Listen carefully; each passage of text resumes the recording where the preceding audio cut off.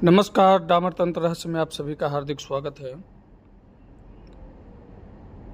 आगे लक्ष्मी पूजन आ रहा है, तो भगवती पीताम्बरा के जितने भी साधक हैं, वे अगर एक दिवसीय महालक्ष्मी का प्रयोग, पीताम्बरा संपुटित लक्ष्मी प्रयोग अगर करना चाहते हैं, तो ये वीडियो आज जो हम बना रहे हैं ये उन्हीं के लिए होगा। एक साधक पूछ रहा था, पीछे जो हमने काली प्रत्यंगिरा का विधि कुछ बताया है उसमें कि हम मंत्र कौन सा जपे और हवन क्या करें, तो हम उनके लिए ये बोलना चाहेंगे कि यहाँ केवल हम अपने साधकों के लिए हैं। बाहर के किसी भी साधक को हम किसी भी तरह का मार्गदर्शन नहीं करते।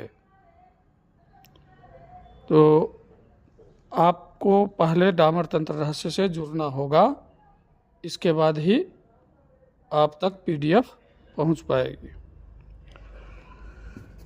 महालक्ष्मी का हवन और मंत्र कौन सा प्रयोग करेंगे एक दिवसीय लक्ष्मी पूजन में। सर्वप्रथम महालक्ष्मी अष्टक स्तोत्र जो है, महालक्ष्मी अष्टक का 8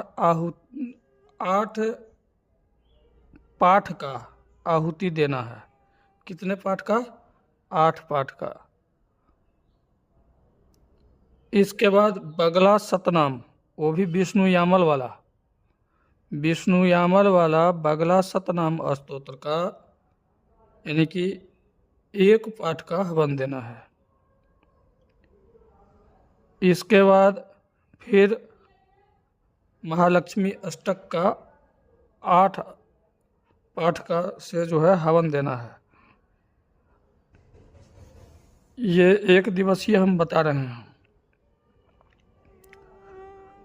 माता लक्ष्मी का फोटो हो या माता पीताम्बरा के जो भी साधक है, माता पीताम्बरा के ही साधक के लिए ज़्यादातर हम बता रहे हैं। ये षोडशोपचार माता का पूजन महालक्ष्मी पूजन में के दिन निश्चित रूप से करें, क्योंकि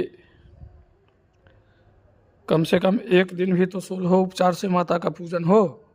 वैसे तो धूप दीप नैवेद्य तो रोज होता है, लेकिन वेद मंत्र उच्चारण के साथ एक दिन कम से कम निश्चित रूप से करना चाहिए। षोडशोपचार पूजन करके इसके बाद जब हवन करेंगे तो महालक्ष्मी अष्टक 8 बगला सतनाम, एक पूरे 108 आहुति अलग अलग नामों से, और इसके बाद फिर महालक्ष्मी अष्टक का 8। इस तरह से महालक्ष्मी अष्टक से बगला सतनाम को संपुटित करते हुए प्रयोग करेंगे, हवन करेंगे। और हवन का यहाँ सामग्री हम बता रहे हैं। अब सबसे पहले ये बता दे रहे हैं कि महालक्ष्मी अष्टक का शहद से, या अगर 8 पाठ से भी नहीं कर पाते हैं तो कम से कम 8 आहुति निश्चित रूप से दे देंगे शहद से। फिर बगला सतनाम का शहद से ही 108 आहुति, फिर लक्ष्मी अष्टक से 8 आहुति। इसके बाद खीर और केसर से हवन देना है। बेलपत्र और घी से हवन देना है। बेलपत्र को घी के साथ सिक्त करके हवन देना है। केसर को घी में मिला करके मिक्स करके हवन देना है। कमलगट्टा को घी में सिक्त करके हवन देना है। घी जो है 1 नंबर होना चाहिए, देसी घी की शुद्धता जो है अनिवार्य है।